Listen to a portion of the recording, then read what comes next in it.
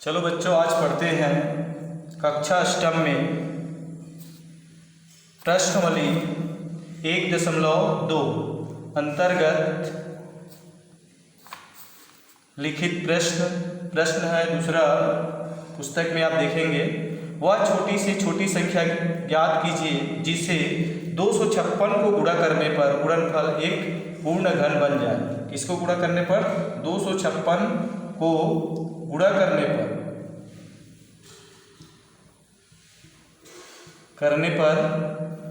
गुणनफल एक पूर्ण घन बन जाए। गुणनफल एक क्या बन जाए? पूर्ण घन बन जाए। इसे हल करते हैं। हल की प्रक्रिया आपको पता है।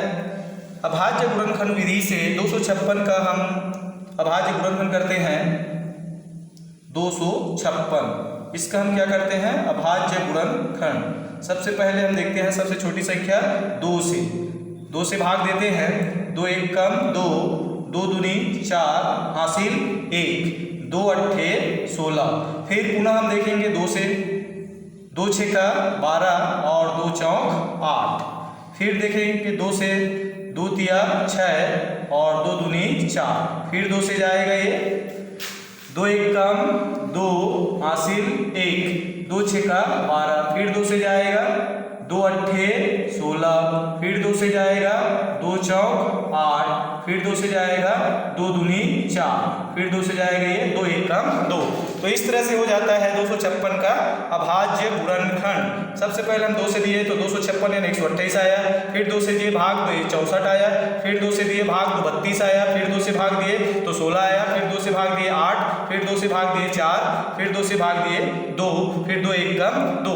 तो इस तरह से ये हो जाता है 256 का अभाज्य गुणनखंड। 256 का अभाज्य गुणनखंड बराबर कितने बार है? 2 1 2 3 4 5 6 7 8 बार। 2 गुणित 2 गुणित 2 गुणित 2 गुणित 2 3 2 5 6 7, ये 8 बार। इसमें आपको पता है पूर्ण घन होने के लिए त्रिक जोड़ा बनना चाहिए। तो गुणनखंड का क्या बनना चाहिए? त्रिक जोड़ा। तो देखते हैं इसमें 2 का एक त्रिक जोड़ा हो जाता है। फिर 2 का एक त्रिक जोड़ा हो जाता है। फिर ये 2 का इसका त्रिक जोड़ा नहीं होता। तो 2 का त्रिक जोड़ा नहीं होता तो स्पष्ट है इसमें हम क्या करेंगे? 2 गुणा करेंगे तब यह क्या हो जाएगा? ये पूर्ण घन बन जाएगा।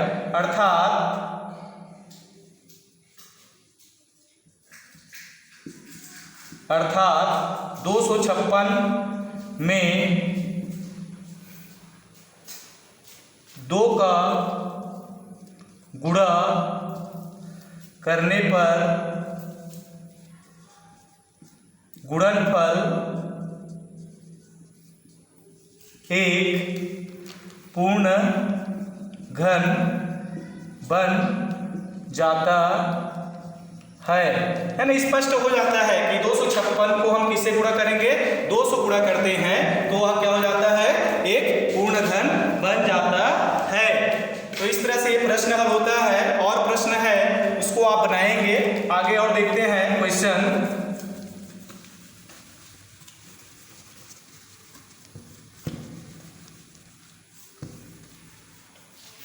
अगला प्रश्न और आगे देखते हैं। प्रश्न है चौथा प्रश्न, वह छोटी सी छोटी संख्या ज्ञात कीजिए जिससे 8019। ये है प्रश्न चौथा। प्रश्न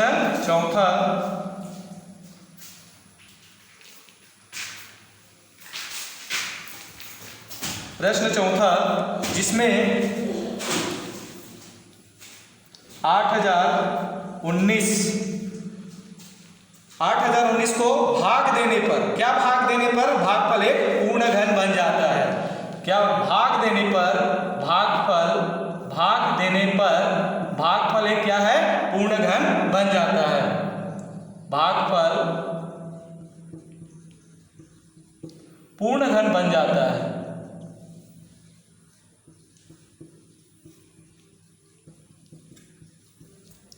तो इसमें भी हल की प्रक्रिया क्या है? 8019, जिसमें हम अभाज्य गुणनखंड के माध्यम से इसमें भी उसी प्रकार से हल करना है जिस प्रकार से अगला क्वेश्चन हम हल किए थे। जैसे इसमें है 8019,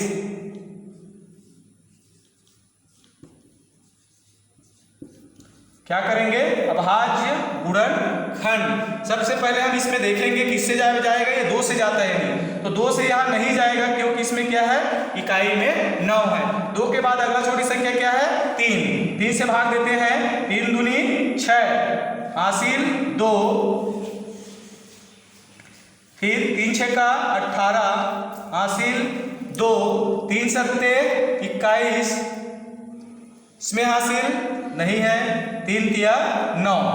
इस तरह से 3 से भाग जाता है। फिर पुनः देखेंगे कि यह 3 से जाएगा नहीं जाएगा, देखते हैं। 3 अट्ठे 24, हासिल 2, 3 नियम 27, 3 एकम 3। फिर 3 से देखेंगे, 3 दूनी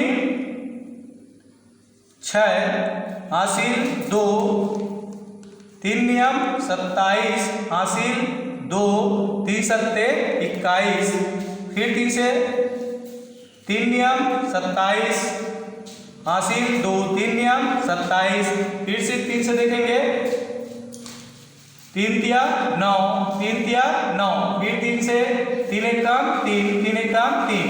3 के बाद आगे क्या है, 5 से देखेंगे, 5 से नहीं जाएगा, ये 7 से नहीं जाएगा, तो 7 के बाद क्या है, 11, तो 11 से ही जाता है।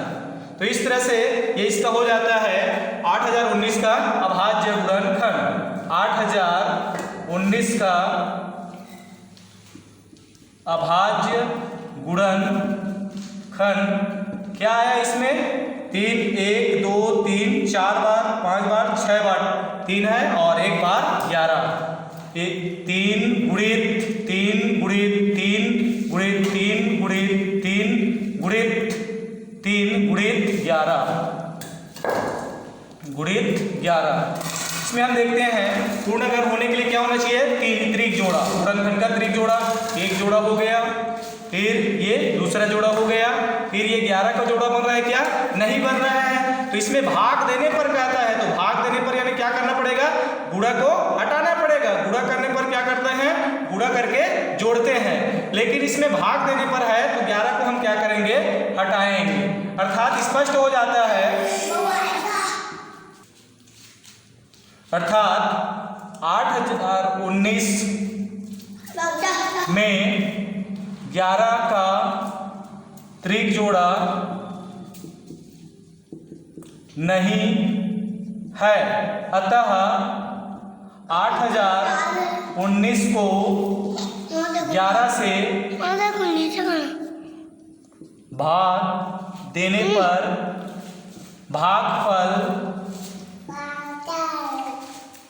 पूर्ण घन